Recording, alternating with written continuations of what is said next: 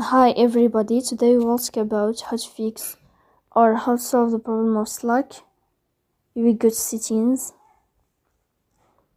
Here in this page you can enter to apps, default apps, app settings. On above you can search about Slack app and you will click.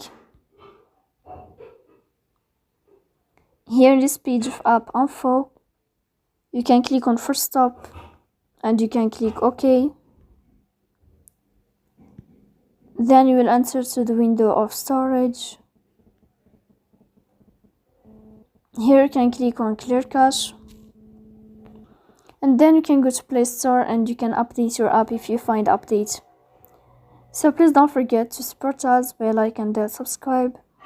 See you next time in another video, and thank you for your attention and your watching.